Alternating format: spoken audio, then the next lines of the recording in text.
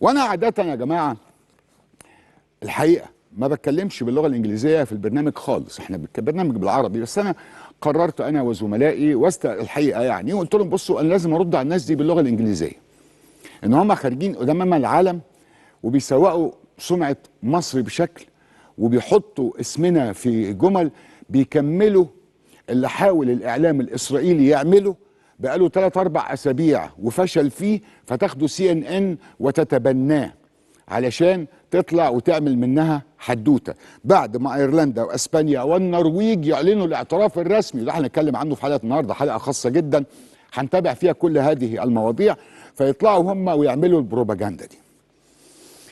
فاسمحوا لي ان انا استاذنكم في مثلا، انا هكلمهم 5-6 دقائق بس باللغه الانجليزيه هرد بيها على اللي هم قالوه. This is a message to CNN. This is a message to CNN from Egypt, and I challenge you to air this message on CNN, and I'm ready for any debate that you might have at any given time regarding the issues that you are discussing on your channel, which I think is closer to hypocrisy than anything else in the world. You are hypocrites. The whole lot of you are hypocrites. You are looking at the issues that are happening in the Middle East with one single eye, with one single target.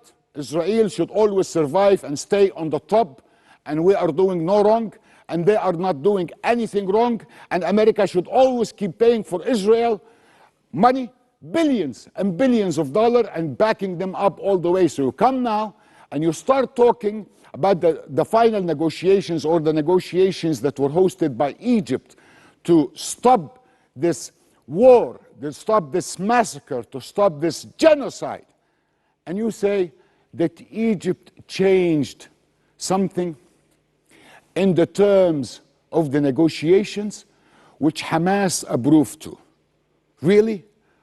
Are you kidding me, or are you kidding yourself, or are you trying to kid the people who don't believe in you anymore?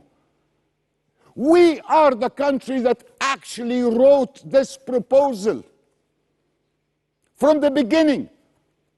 That's number one. Number two is that we are the country that stopped these conflicts before.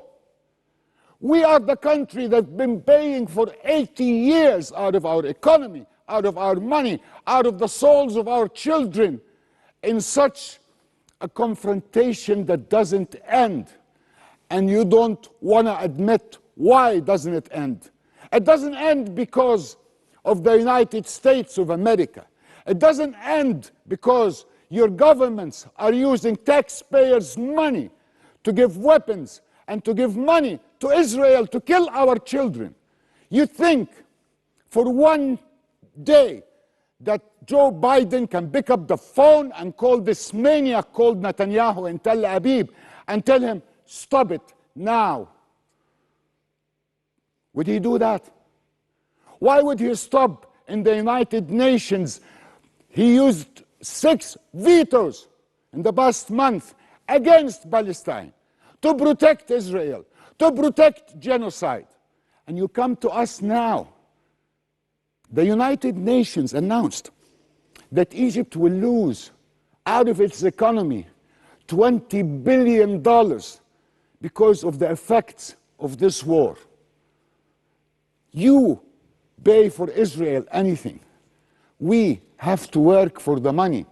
Our economy is jeopardized because of the adventures that are happening in our countries and around us. Who did the world seek to end problems in Libya? Egypt. Who did the world come to stop what's happening in Sudan? Egypt.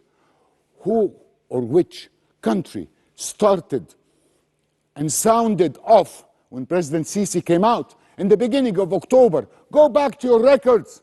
Who said that this conflict can burn the whole area? Egypt did. Who asked to have an international conference and held the international conference? Egypt did.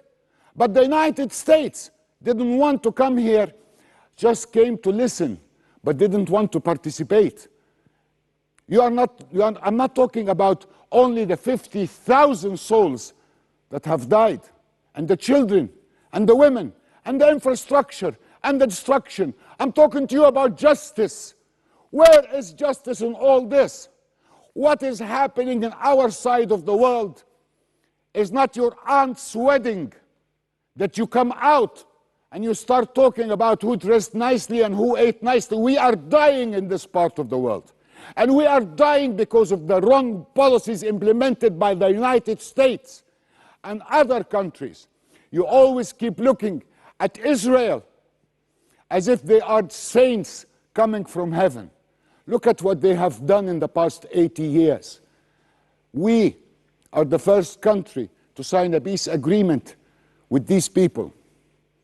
And we still abide by this peace agreement. And we still want the peace to continue.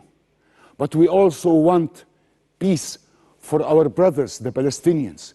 Why doesn't the United States approve the implementation of all the declarations of the United Nations to protect the rights of the Palestinian people? Why doesn't it? I mean, there's a whole lot of questions here. But the answer always comes to my mind, that you're hypocrites. You are trying to use the wag the dog concept to protect Israel, to allow them to continue killing. The peace treaty was going to be signed, and it was announced 4 or 5 months ago. But Netanyahu wanted to attack Rafah. He wanted to attack Rafah by all means, and he stopped the negotiations because of that. How many hostages, as you say, did Netanyahu manage to get out of this area? But again, ask yourself, how many hostages did he kill trying to kill the Palestinians? Ask yourself, how many thousands of Palestinians are in the Israeli jails? How many thousands are suffering because of your backing up to such a government? You are the hypocrites in front of the world. And if you think that you're convincing the people, I have a message for you. Too late. People of the world, including the United States, have finally found out the true ugly face of your media, the true ugly face of your politics, the true ugly face to all the lies. Why don't you come out and talk to me about Epic? Why don't you talk to me about the Jewish lobby in the United States and how they control you and control the elections in the United States of America? What are you scared of? Let me tell you a final message. In our part of the world, there was always an image about the United States. In everybody's mind. Go to the Hollywood movies.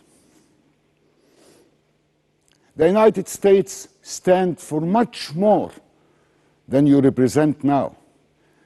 Much more. There's no more humanity. There is no more ethics. There is no more dream. There is no more United States. The whole world, the whole system is collapsing. And you come in the middle of all this when we're trying for months and years and days on end to stop the conflict and try to smear what Egypt is doing. You're trying to smear the efforts. You're trying, why don't you go to your Department of State or go to the CIA and ask them, do you have a comment? Did Egypt help? Oh, why do you want to keep Egypt in the negotiations if you think they're bad? Why do you need Egypt if you think we're bad? Do we need this war to continue in our side of the world? Do we need it to continue in Egypt? We don't need it to continue. We must stop it. We're trying to stop it every which way. But the only way for you, for your governments, for your rulers, for your media, for this war to stop is when Israel decides, when Netanyahu decides that he has won, that he has conquered, that he has burned, that he has destroyed all the dreams of a full nation called the Palestinians, for a whole land called Palestine, which existed long before you did, long before your history started. I hope that next time when you speak to us, CNN, use some sense, drop all the acts, and again, finally, I am ready at any given time to be a host with you, to discuss, to debate. Stop the hypocrisy that you are using to protect killers on our side of the world. كده أنا خلصت رسالتي لCNN.